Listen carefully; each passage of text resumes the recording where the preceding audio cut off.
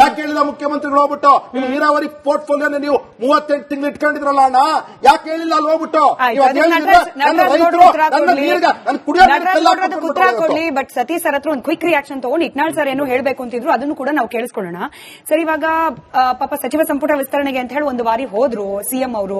ಅಲ್ಲಿ CJP protest, ಅದರಿಂದ ನೋಡಿ ರಾಹುಲ್ ಗಾಂಧಿ ಅವರಿಗೆ ಫೋಮೋ ಆಯ್ತು, ಮತ್ತೊಂದಾಯ್ತು, ಮಗದೊಂದಾಯ್ತು. ಅವರು ಹೊರಟರು ಪ್ರಧಾನಿಗಳ ನಿವಾಸದ ಮುಂದೆ ಪ್ರತಿಭಟನೆ ಮಾಡಲಿಕ್ಕೆ. ಡಿ ಕೆ ಶಿವಕುಮಾರ್ ಅವ್ರನ್ನ ಕರ್ಕೊಂಡು ಹೋಗಿ ಕೂರಿಸ್ಕೊಂಡ್ರು. ಅಲ್ಲಿಗೆ 3 ದಿನ ಮತ್ತೆ ಡಿಲೇ ಆಯ್ತು. ಇವತ್ತು ಹೋಗಿದ್ದಾರೆ ಡಿ ಕೆ ಶಿವಕುಮಾರ್ ಅವರು. ಇವತ್ತು ಮಂಡೇ ಅಂತ ಹೇಳಿ ಮುಹೂರ್ತ ಕೊಟ್ಟು ಕಳಿಸಿದ್ದಾರಂತೆ.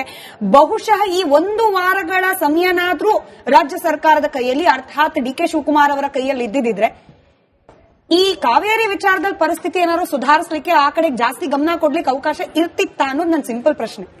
ಖಂಡಿತ ಅವಕಾಶ ಇರ್ತಿತ್ತು. ಯಾಕಂತ ಹೇಳಿದ್ರೆ ಒಂದು ರಾಜ್ಯ ಸರ್ಕಾರ ಇವಾಗ ನಾವು ನೋಡಿದೀವಿ, ಈಗಾಗಲೇ ಇವರು ಕುರ್ಚಿ ಕಿತ್ತಾಟ 3 ವರ್ಷ ನೋಡಿದ್ದಾಯ್ತು. ಈಗ ಮತ್ತೆ ಇವರು ಸಂಪುಟಕ್ಕೆ ಬಂದು 12 ಜನ ಮಂತ್ರಿಗಳನ್ನ ಮಾಡಿ ಇವರಿನ್ನೂ ಸರ್ಕಸ್ ಮಾಡ್ಕೊಂಡು ಕೂತಿದ್ದಾರೆ. ಸೊ ನಿಜಕ್ಕೂ ಇದನ್ನ ನಾವು ಕನ್ನಡಿಗರು ಖಂಡನೆ ಮಾಡಬೇಕಾಗ್ತದೆ. ಯಾಕಂತ ಹೇಳಿದ್ರೆ ಇಂಥ ಒಂದು ಜವಾಬ್ದಾರಿ ಅಂತ ಸ್ಥಾನ ನಾವು ಕರ್ನಾಟಕದಲ್ಲಿದ್ದು ಇದರ ಒಂದು ಏನು ಇವತ್ತು ಹೋರಾಟ ಕಿಚ್ಚು ಇದೆಲ್ಲ ಎದ್ದೊಳ್ತಾ ಇದೆ, ಇದ್ರ ಬಗ್ಗೆ ಮೇಲುಸ್ತುವಾರಿಯನ್ನು ವಹಿಸಿಕೊಂಡು ನೇರವಾಗಿ ಇರಬೇಕಾಗಿತ್ತು. ಆದ್ರೆ ದೆಹಲಿಯಲ್ಲೆಲ್ಲೋ ಇವರು ಸಂಪುಟ ಸರ್ಕಸ್ ಅನ್ನ ಮಾಡ್ತಾ ಇದ್ದಾರೆ, ಅದನ್ನ ಖಂಡನೆ ಮಾಡ್ತೀನಿ. ಮತ್ತೆ ಇನ್ನೊಂದು ಪಾಯಿಂಟ್, ಕಾವೇರಿ ವಿಚಾರವಾಗಿ ನೋಡಿ, ನಾವಿಲ್ಲಿ ಡೆಸ್ಕಲ್ ಮಾತಾಡಬೇಕಾದ್ರೆ ನಾವು ಒಂದೊಂದು ಪಕ್ಷದ ಮೇಲೆ ಗೇಮ್ ಬಾಲ್ಗಳನ್ನ ಬಿಸಾಕ್ತಾ ಇರ್ತೀವಿ.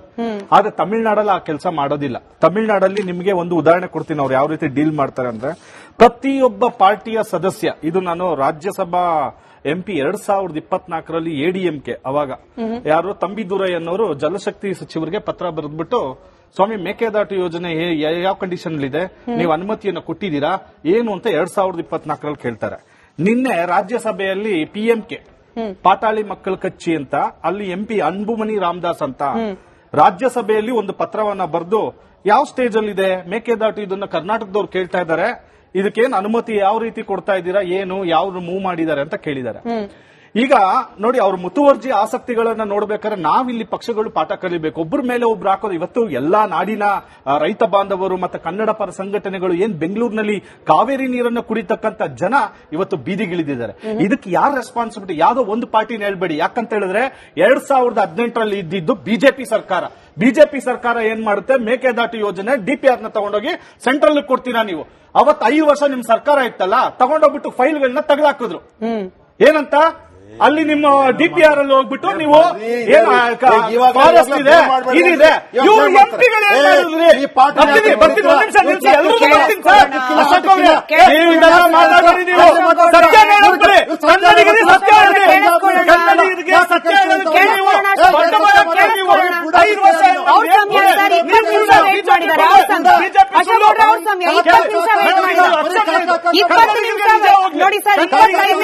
ಮಾತನಾಡ್ತಿದ್ದಾರೆ.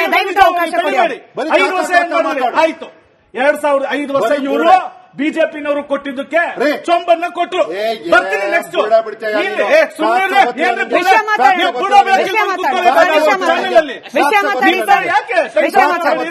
ಸ್ವಲ್ಪ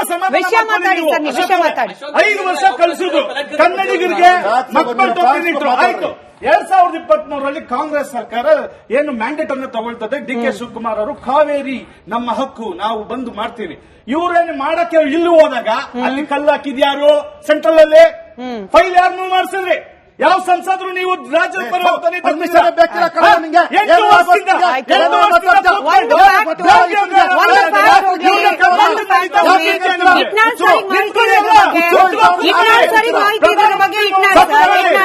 ಆಯ್ತು, ನಾವು ಕೇಳಿಸ್ಕೊಂಡು ಒಟ್ಟಿಗೆ ಮಾತಾಡಿದ್ರೆ ಅಶೋಕ್ ಸರ್, ಸತೀಶ್ ಸರ್ ಮಾತಾಡೋಣ. Itnal sir,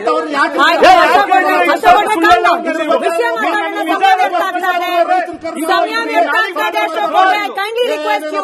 Itnal sir voice ಮಾತ್ರ ಆನ್ ಏರ್ ಇರಲಿ.